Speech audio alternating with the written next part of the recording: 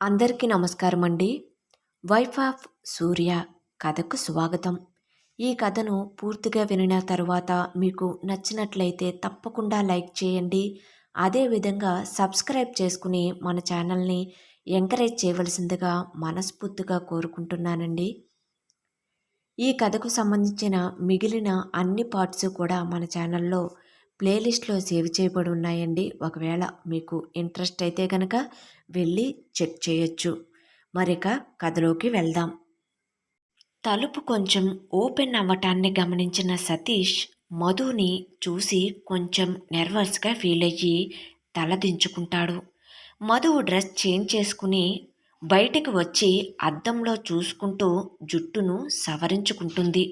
సతీష్ అమాంతం వెళ్ళి మధుని వెనుక నుండి కౌగిలించుకుని తన వైపుకు తిప్పుకుంటూ మధు పెదవులపై ముద్దు పెట్టడానికి ప్రయత్నిస్తూ ఉండగా గట్టిగా భయంతో కళ్ళు మూసుకున్న మధును చూసి సతీష్ తన ప్రయత్నంను ఆపి తన చేతి వేళ్లతో మధు చెంపపై పడిన కురులను సవరిస్తాడు.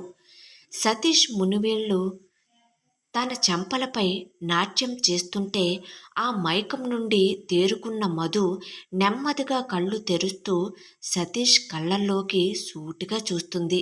ఇక వెళ్దామా? నీకు అసలే ఎగ్జామ్స్ అంటున్నావు అంటాడు గుసగుసగా మధు కళ్ళల్లోకి చూస్తూ. ఆ సరే అంటూ తల ఊపుతుంది మధు. తరువాత సాయంత్రం 6 గంటలయ్యేసరికి హాస్టల్ దగ్గర దింపుతాడు సతీష్. బైకు నుండి కిందకి దిగి సతీష్ ఎదురుగా నిలుచుంటుంది మధు. ఇక మరి నేను వెళ్ళనా అంటాడు అతడు. మధు ఎమోషనల్గా సతీష్ నుదుటిపై ముద్దు పెడుతూ థ్యాంక్ యూ మావయ్య అంటుంది. మధు తలను నిమురుతూ సరే ఇక నేను వెళ్తాను, ఎగ్జామ్స్ బాగా రాయి అని చెప్పి బయలుదేరుతాడు. రూమ్కు వచ్చిన తర్వాత ఏంటి మధు డ్రెస్ మార్చావు, ముందు డ్రెస్ ఏమైంది అంటుంది గాయత్రి. అప్పుడు జరిగిన విషయం అంతా చెబుతుంది మధు. అది విని ఆ అవునా అని చెయ్యి అడ్డు పెట్టుకుంటుంది నోటికి గాయత్రి. పోనీలే ఏమీ జరగలేదు, సంతోషం. అవును మధు, మీ మామయ్య చాలా మంచివారిలా ఉన్నారు. ఎలాగో పెళ్లి చేసుకోబోతున్నాం కదా అని నీతో అడ్వాంటేజ్ తీసుకుని మిస్బిహేవ్ చేసుంటే అస్సలు పద్ధతిగా ఉండకపోదును. ప్రస్తుతం మనం సమాజంలో ఎన్ని చూడటం లేదు ఇలాంటివి. అయినా మీ మావయ్య నిన్ను చిన్నప్పటి నుండి చూశారు కాబట్టి అంత మూర్ఖంగా ప్రవర్తించలేరులే అంటుంది చందు. అవునే, ఇప్పటికి వచ్చి మావయ్య నాతో ఎప్పుడూ చెడ్డగా ప్రవర్తించలేదు అంటుంది.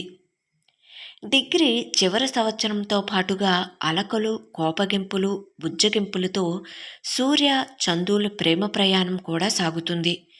ఎగ్జామ్స్ నిమిత్తం ప్రిపరేషన్ హాలిడేస్ అనౌన్స్ చేస్తుంది కాలేజీ యాజమాన్యం. 6 ఫ్రెండ్స్ మాట్లాడుకుంటూ ఈ 10 రోజులు ఎలా గడపాలో ఏంటో అంటూ బాధపడతారు. చందు మొహం అస్సలు బాగోదు.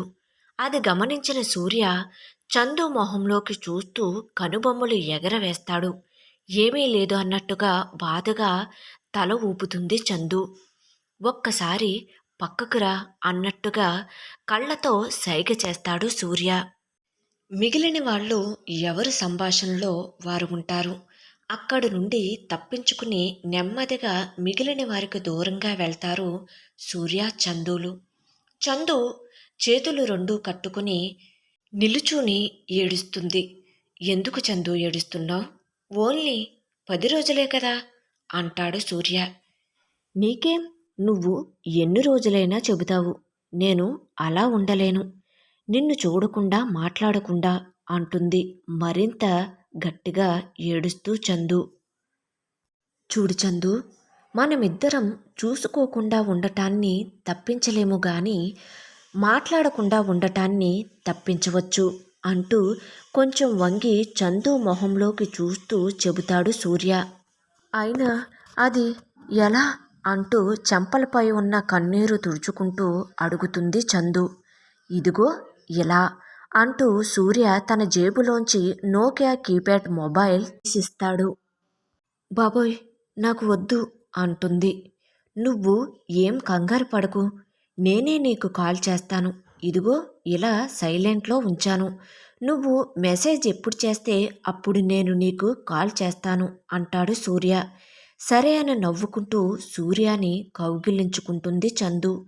సూర్య కూడా మరింత గట్టిగా చందుని తన కౌగిళ్లలో బంధిస్తాడు.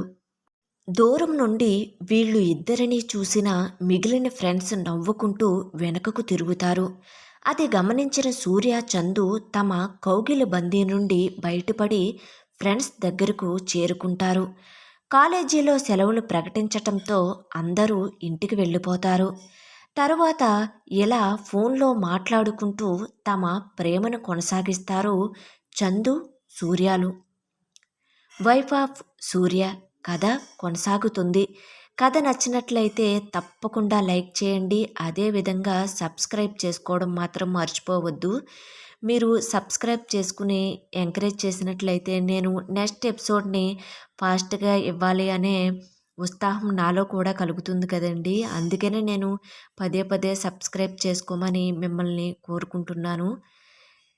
ఈ కథలో ఉన్న పాత్రలు, సన్నివేశాలు, సందర్భాలు అన్నీ కూడా కల్పితమని మీ అందరికీ మరొక్కసారి తెలియజేసుకుంటున్నానండి. కథ ఎలా ఉంది అనేది కామెంట్ బాక్స్లో రాయడం మాత్రం మర్చిపోవద్దు. Thank you.